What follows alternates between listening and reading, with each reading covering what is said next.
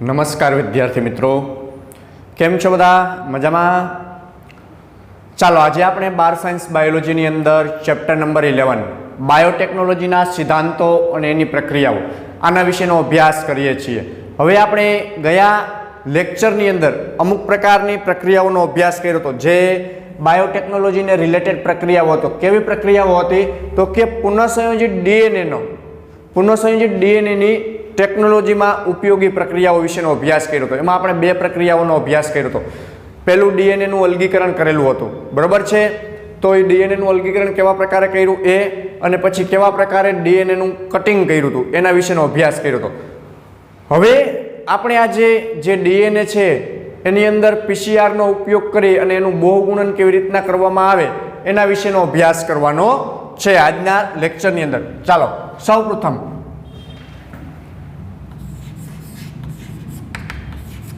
પુનઃસંયોજિત DNA technology નો ઉપયોગ, આપણે આવો ટોપિકનો અભ્યાસ કરતા હતા. આની અંદર આપણે 2 પોઈન્ટનો અભ્યાસ કર્યો હતો. આજે આપણે એની અંદર આવતો ત્રીજા પોઈન્ટનો અભ્યાસ કરવાનો. ત્રીજો પોઈન્ટ શું છે? તો કે પીસીઆરના ઉપયોગથી, શેનાથી? પીસીઆરના ઉપયોગથી રુચિ પ્રમાણે, રુચિ એટલે ઈચ્છા પ્રમાણેના જનીનનું પ્રવર્ધન એટલે નિર્માણ. પીસીઆર છે એ એક ટેકનિક, એક પદ્ધતિનું નામ છે.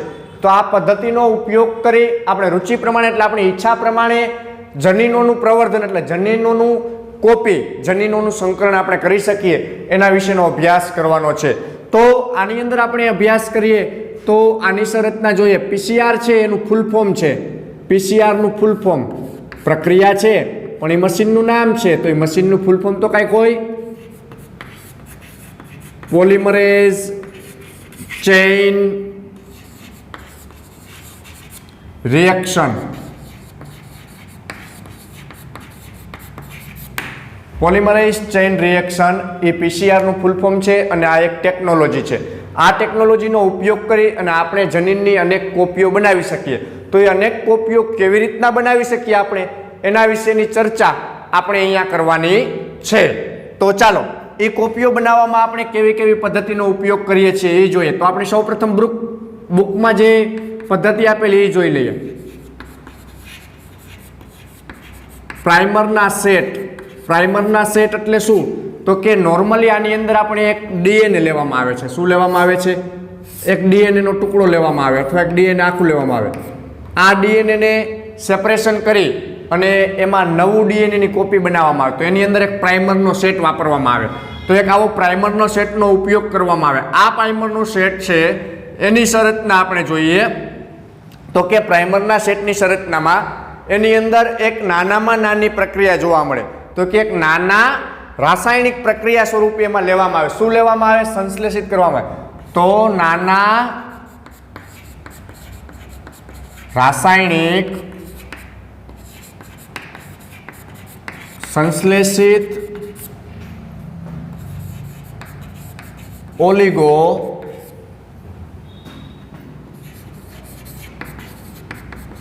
ન્યુક્લિયોટાઇડ જે ડીએનએ વિસ્તારના પૂરક હોય છે.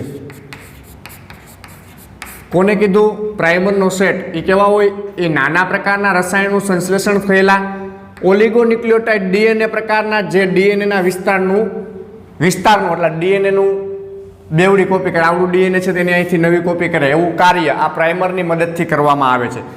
તો આ પ્રકારે એનો ઉપયોગ થાય છે. હવે આપણે અહીં કીધું પ્રાઇમરના સેટ અને ડીએનએ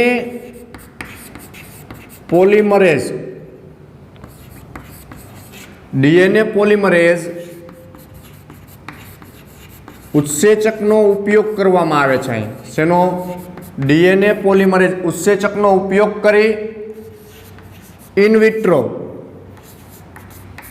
ફલન કરવામાં આવે. ઇનવિટ્રો એટલે લેબોરેટરીની અંદર આખી ડીએનએની ક્રિયાવિધિ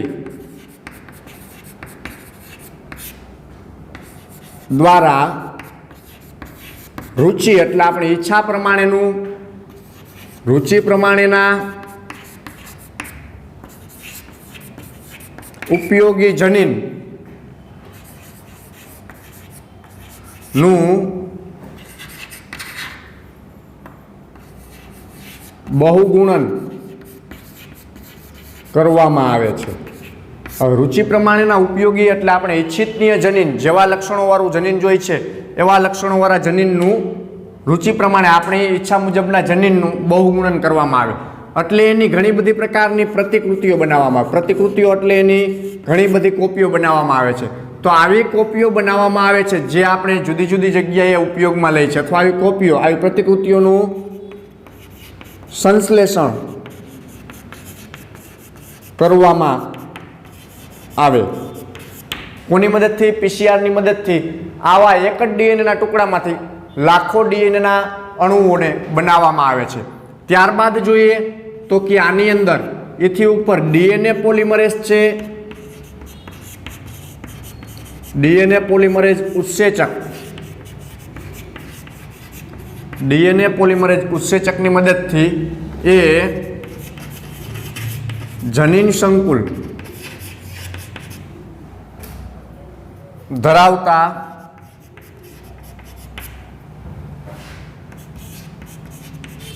ડીએનએને ટેમ્પલેટ સ્વરૂપે લેવામાં આવે. કેવું? ટેમ્પલેટ. જનીન સંકુલ ધરાવતા આ એક ડીએનએ છે, આના બે ભાગ કરી નાખીએ આમ તો આને એક ટેમ્પલેટ કહેવાય અને બીજું ટેમ્પલેટ. એટલે એક જ સાઈડને સિંગલ સાઈડને ટેમ્પલેટ તરીકે લેવામાં આવે. શું કામ? એ જનીન સંકુલ ધરાવતા ડીએનએનું ટેમ્પલેટ એટલે જનીનોની કોપી ધરાવતું છે, એના જેવી જ નવી કોપી બનાવી દે એટલે એકને આવા પ્રકારે લેવામાં આવે અને એની કોપીઓ અનેક ગણી બનાવવામાં આવે છે. તો આ પ્રકારે ટેમ્પલેટનો ઉપયોગ કરવામાં આવે. ટેમ્પલેટ એટલે એને ફર્મો કહીએ. કેવું કહીએ? ફર્મો. આપણે એમ કહીએ ને કે જુદા જુદા પ્રકારનો આપણે આવડી જ કોઈ વસ્તુ બનાવી, દાખલા તરીકે આવડી વસ્તુ બનાવી તો આપણે એનો ફર્મો બનાવવો પડે. ચાકુ બનાવવું, ચાકાનો ફર્મો આપણે બનાવીએ. જુદી જુદી વસ્તુના નિર્માણ માટે જુદા જુદા પ્રકારના ફર્મા જોઈએ તો એવી રીતના ટેમ્પલેટનો ઉપયોગ ફર્મા તરીકે કરવામાં આવે છે. તો આવા ફર્મા સ્વરૂપે એનો ઉપયોગ કરી અને એની અંદર આવેલા ન્યુક્લિયોટાઇડ્સનો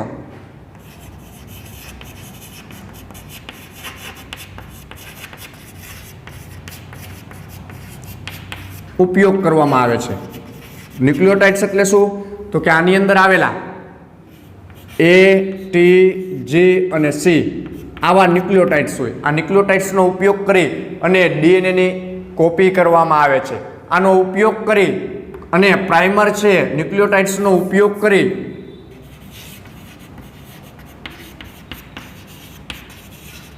પ્રાઇમરને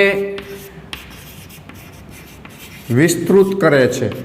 એટલે નવી કોપી બનાવે છે તો એને વિસ્તૃત કરે. દાખલા તરીકે આ પ્રકારે આપણે ડીએનએ સેપરેટ કર્યું તો એની ઉપર આવો નાનો ટુકડો પ્રાઇમરનો બેઠો હોય તો આને વિસ્તૃત કરે આ દિશામાં. કોણ? ટેમ્પલેટ પ્રકારનું જે છે આ પોલિમરેઝ ઉત્સેચક છે એ આવા પ્રકારની પ્રક્રિયા કરે છે.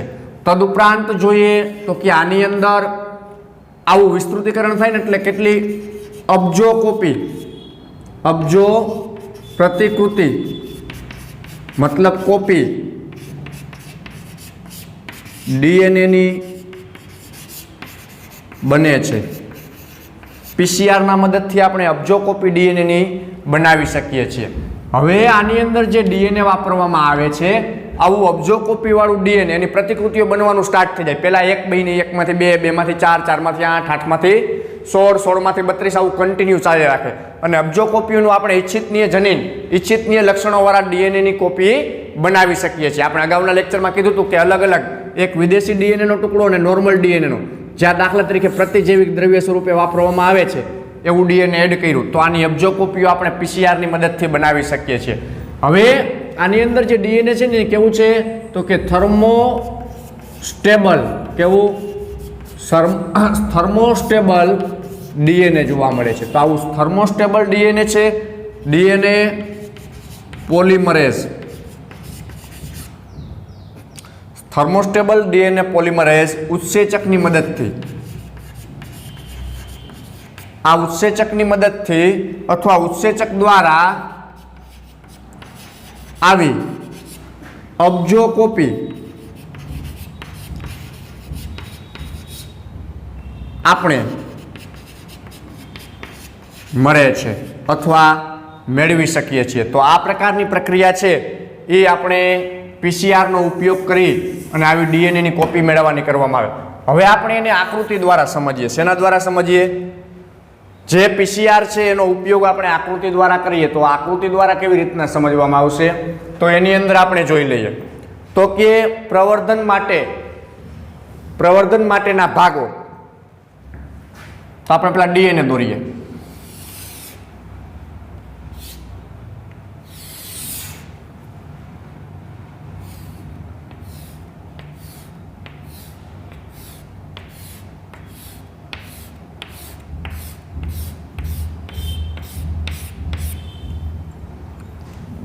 આ 5 ડેઝ, સામે 3 ડેઝ, આ 3 ડેઝ, આ 5 ડેઝ। ડીએનએ હંમેશા બંને શૃંખલા વિરુદ્ધ દિશામાં હોય છે, બરોબર છે। પ્રવર્ધન માટેનો ભાગ કેટલો? તો કે પ્રવર્ધન માટેનો ભાગ છે દાખલા તરીકે અહીંથી આટલો વિસ્તાર છે પ્રવર્ધન માટેનો છે। શેના માટેનો છે? પ્રવર્ધન માટેનો ભાગ ગણવામાં આવે। તો આ પ્રકારનો આટલો વિસ્તાર છે એ કેવો છે? પ્રવર્ધન માટેનો વિસ્તાર છે। તો આવા પ્રકારે પ્રવર્ધનનો વિસ્તાર છે એ જોવા મળે છે। હવે આ જે ડીએનએ છે એ ડીએનએ નું નામ છે ડીએસ ડીએનએ। કેવું? ડીએસ ડીએનએ છે। હવે આને 3 પ્રક્રિયાઓમાં વિભાજિત કરવામાં આવેલી। પહેલું વિનૈસર્ગીકરણ, બીજું તાપમાનનું શીત અને ત્રીજું વિસ્તૃતીકરણ।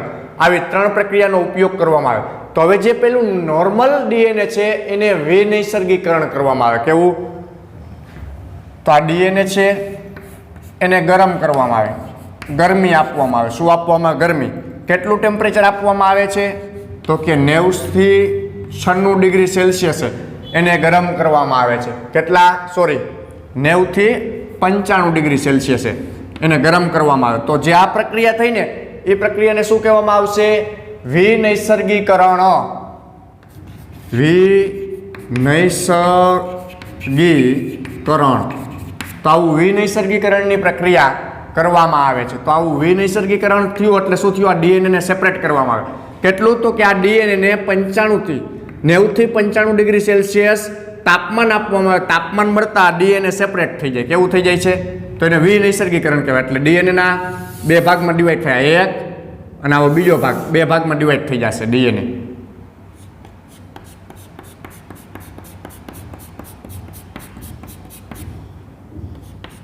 બંને ડીએનએની શૃંખલાઓ છૂટી પડી જાય છે।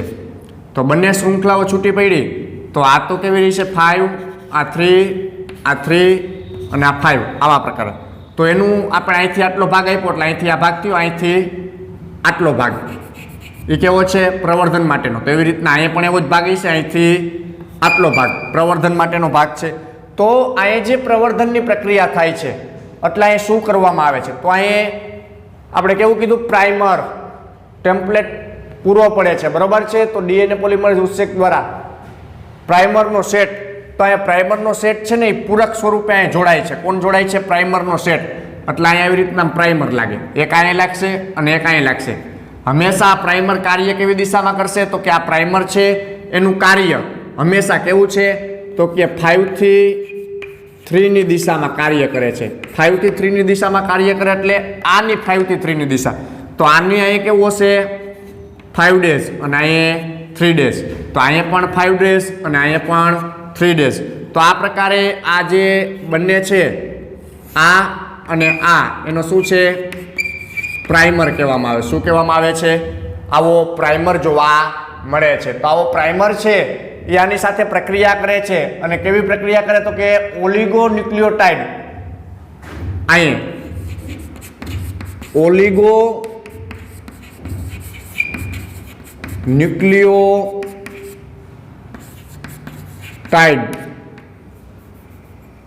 ઓલિગોન્યુક્લિયોટાઇડ્સ છે એ આવા પ્રાઇમરને શું કરે છે? ઉમેરે છે। પ્રાઇમરને ઉમેરવાનું કાર્ય ઓલિગોન્યુક્લિયોટાઇડ્સ કરે છે। હવે આવા પ્રાઇમરો ઉમેરાણા એટલે એની અંદર કંઈક અન્ય પ્રક્રિયા થશે. અન્ય પ્રક્રિયા થશે એટલે અહીંયા શું થયું તો કે આ જે તે ડીએનએ હતું તો આ જે પ્રક્રિયા થઈ ને આટલી પ્રક્રિયા એને કેવું કહેવામાં આવે? તાપમાનનું સિંતન. આ વિનૈસર્ગીકરણ આ પ્રક્રિયા એવી. આ તાપમાનનું સિંતન એટલે તાપમાન છે ને કેટલું હશે તો કાંઈ તાપમાન એકદમ નીચું થઈ જાય છે. કેટલું તો કે 50 થી 60 ડિગ્રી સેલ્સિયસ આવી જાય. 50 થી 60 ડિગ્રી સેલ્સિયસ આવી જાય. તદુપરાંત જોઈએ તો કે હવે આ પ્રક્રિયા આગળ વધે એટલે આ પ્રાઇમર આ દિશામાં વર્ક કરશે ને આ પ્રાઇમર આ દિશામાં વર્ક કરશે. હવે જે આ બંને શૃંખલાઓ રહીને એને કેવી કહેવાય? ટેમ્પલેટ. આપણે અહીં ક્યાંક કીધું હતું ટેમ્પલેટ. તો આ એક ટેમ્પલેટ અને આ બીજું ટેમ્પલેટ. એટલે ડીએનએની સિંગલ શૃંખલાને ટેમ્પલેટ તરીકે લેવામાં આવે અને ટેમ્પલેટ ઉપર આ પ્રકારે પ્રાઇમરનું સ્થાપન ઓલિગોન્યુક્લિયોટાઇડ્સ કરે છે. એ પ્રાઇમરને ઉમેરે એટલે પ્રાઇમર આ દિશામાં અને આ દિશામાં કાર્ય કરે. 5 થી 3 ની દિશામાં વર્ક કરે છે. ચાલો તો હવે આની અંદર જે પ્રાઇમર વર્ક કરે છે એની અંદર કોણ વર્ક કરશે તો કે ડીએનએ પોલિમરેઝ પ્લસ પહેલો ઉત્સેચક છે ડીએનએ પોલિમરેઝ, બીજો ડીઓક્સી ન્યુક્લિયોટાઇડ્સ. બીજો કેવો? ડીઓક્સી ન્યુક્લિયોટાઇડ્સ.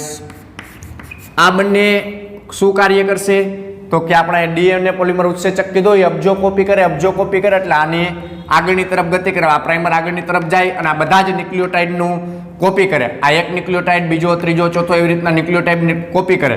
તો એ ન્યુક્લિયોટાઇડની કોપી કરશે તો અહીં આવા પ્રકારની સંરચના જોવા મળશે. 5 થી 3 અને 5 થી 3.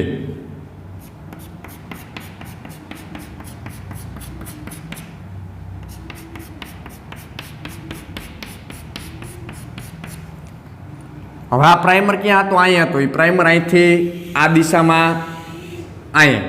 આ પ્રાઇમર અહીંયા હતો તો એ અહીંથી આ દિશામાં અહીંયા સુધી. તો આ પ્રકારે બે ડીએનએ બન્યા. આ ડીએનએ કેવું બન્યું? 3 અહીંયા આવશે, 5 અહીંયા, આમાં 3 અહીંયા અને 5 અહીંયા. તો સેમ ટુ સેમ આ ડીએનએ છે એ આવું હતું એવું બની ગયું. આ ડીએનએ આના જેવું બન્યું, આ ડીએનએ આના જેવું બન્યું. તો આ આખી પ્રક્રિયા છે એ આના જેવી થઈ. એટલે એમાંથી બે ડીએનએની કોપી બની. તો આ જે બે ડીએનએની કોપી બની એ નવી કોપી કઈ દિશામાં બની? તો આપણે અહીં કીધું નવી કોપી 5 થી 3 ની દિશામાં બને. એટલે આ 5 થી 3 ની દિશામાં બની. એક આ દિશામાં ગયું અને એક આ દિશામાં આવ્યું. તો આને શું કહેવામાં આવશે? આને વિસ્તૃતીકરણ કીધું. કેવું કીધું? વિસ્તૃતીકરણની પ્રક્રિયા થઈ. એટલે પ્રાઇમર લંબાણો અને નવું ડીએનએની કોપી બનાવી.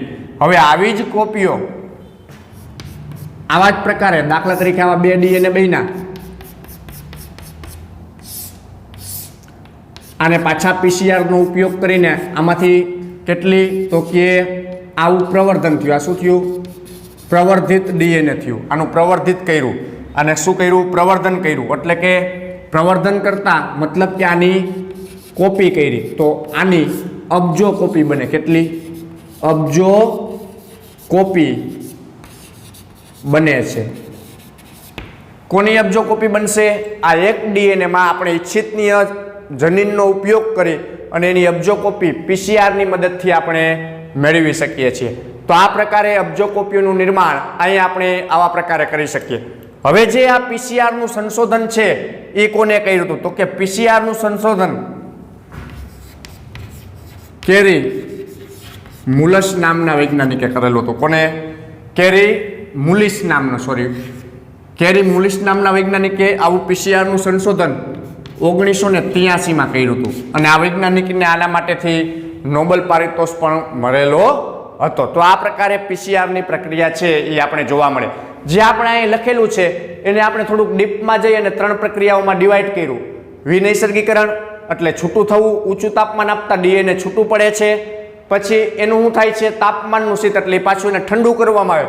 જો એને ઠંડુ કરીએ એટલે નવી શૃંખલા બનવાનું શરૂઆત થઈ અને નવી શૃંખલા બનીને વિસ્તૃતીકરણ એટલે બંને ડીએનએ એકબીજાથી છૂટા પડ્યા અને આવી નવી કોપી બનાવી. ફરીથી આનું નાનું આવી પ્રક્રિયા કરવામાં આવે એટલે આવી અબજો કોપીઓ મેળવવામાં આવે છે। તો આ પ્રકારે પીસીઆરનો ઉપયોગ કરી અને આપણે આ પ્રક્રિયાઓ પૂર્ણ કરી શકીએ છીએ।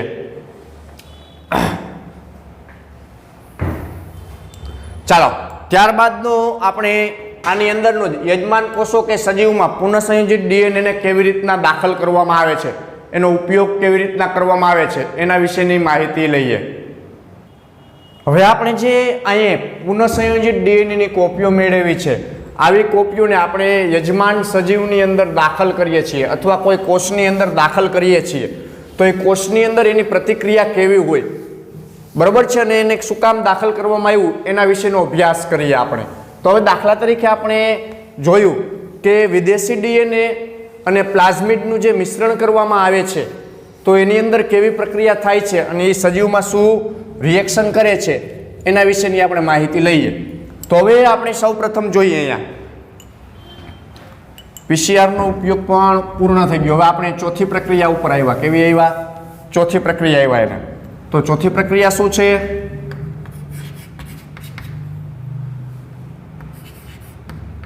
યજમાન કોષ કે સજીવમાં પુનઃસંયોજિત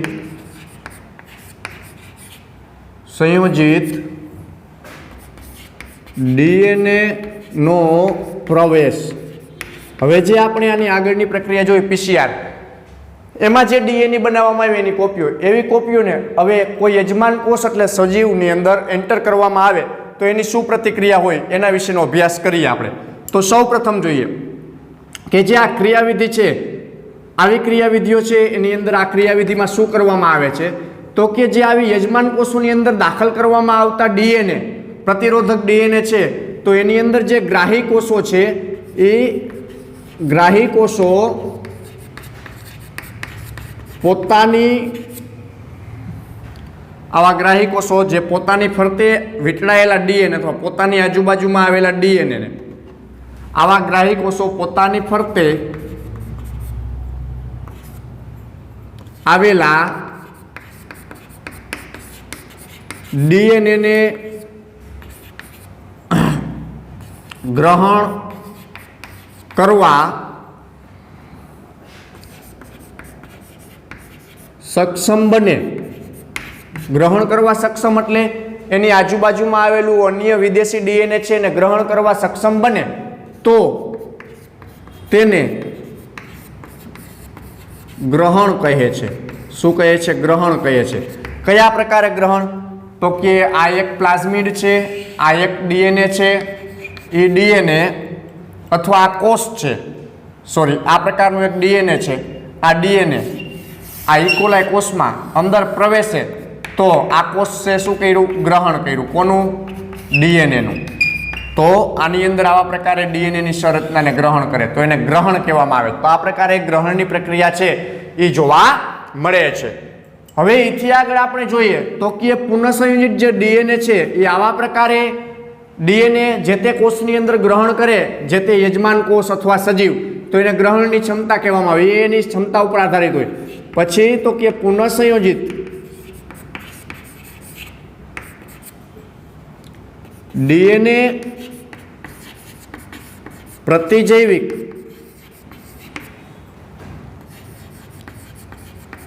અવરોધક જનીન, પ્રતિજૈવિક અવરોધક જનીન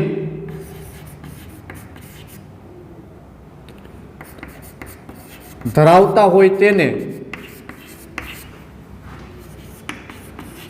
ઇકોલાઈ બેક્ટેરિયામાં સ્થળાંતરિત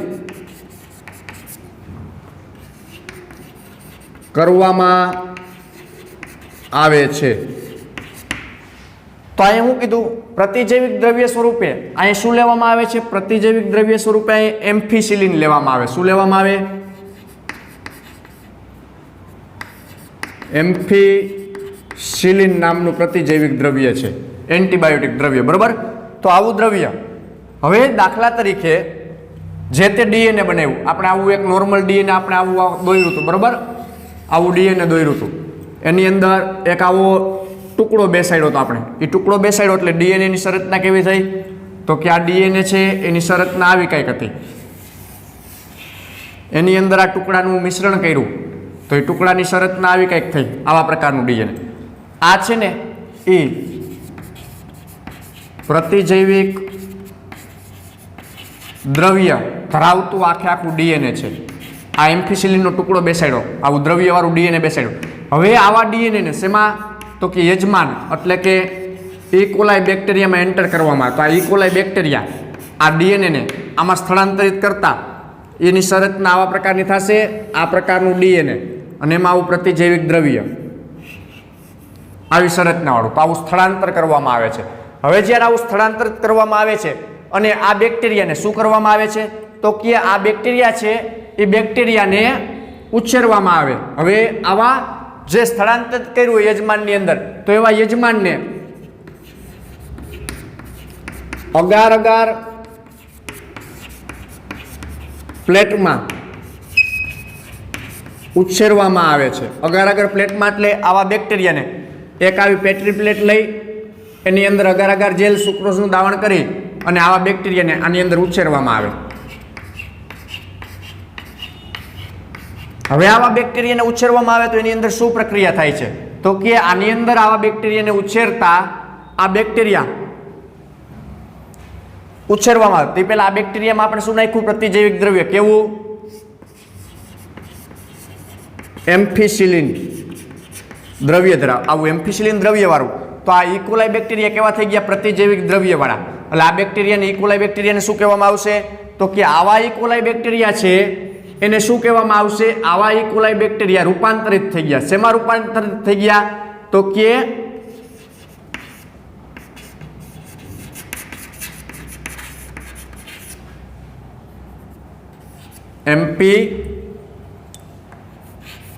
એમ્ફિસિલિન.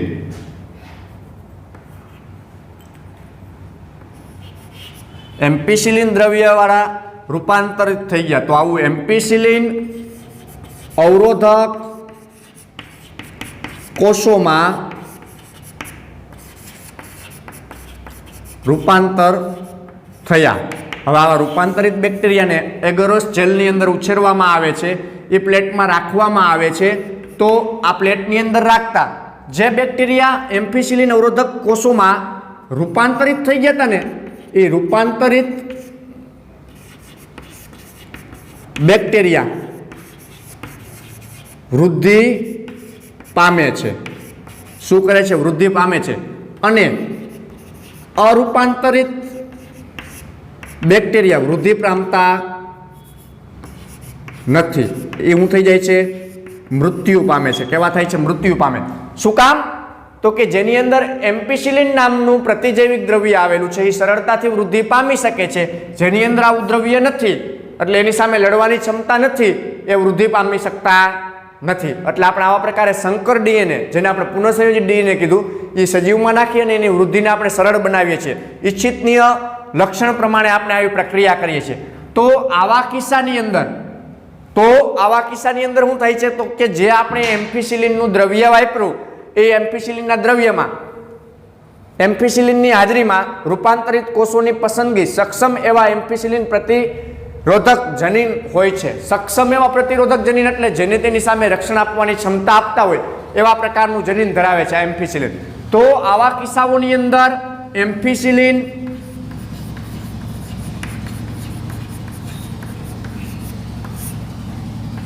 પ્રતિજૈવિક અવરોધક જનીનને પસંદગીમાન રેખક કહે છે. પસંદગીમાન રેખક શું કામ કીધું? કે આપણે જેવું ઈચ્છિતનીય જનીન જોતું હતું એવું. તો આ કેવું છે? પ્રતિરોધક પ્રતિજૈવિક દ્રવ્ય છે. એન્ટીબાયોટિક તરીકે એમ્ફિસિલિનનો ઉપયોગ થાય છે, તો એને પસંદગીમાન રેખક કીધું. કે આપણે જેવું ઈચ્છિતનીય લક્ષણવાળું જોતું હતું, તો આવું ઈચ્છિતનીય લક્ષણવાળા જનીન દ્રવ્યને પસંદગીમાન રેખક કહેવામાં આવે. તો આ પ્રકારે સજીવની અંદર આવું પુનઃસંયોજિત ડીએનએનો ઉપયોગ કરી અને આવી જુદી જુદી પદ્ધતિઓનો ઉપયોગ કરવામાં આવે છે. તો આ પ્રકારે જે ડીએનએ છે પુનઃસંયોજિત ડીએનએ ટેકનોલોજી એનો ઉપયોગ કરવામાં આવે છે અને એની જુદી જુદી પ્રક્રિયાઓનો ઉપયોગ કરવામાં આવે અને આવા પ્રકારે જે સંકર ડીએનએ છે એ મેળવવામાં આવે છે અને ઇચ્છિતનીય લક્ષણોવાળા ડીએનએ આવી પદ્ધતિનો ઉપયોગ કરી મેળવી જે તે સજીવની અંદર એન્ટર કરી અને આપણે ઇચ્છિતનીય ઉત્પાદન મેળવી શકીએ છીએ. તો આજના લેક્ચરમાં આપણે આટલે સુધી રાખીએ. અસ્તુ.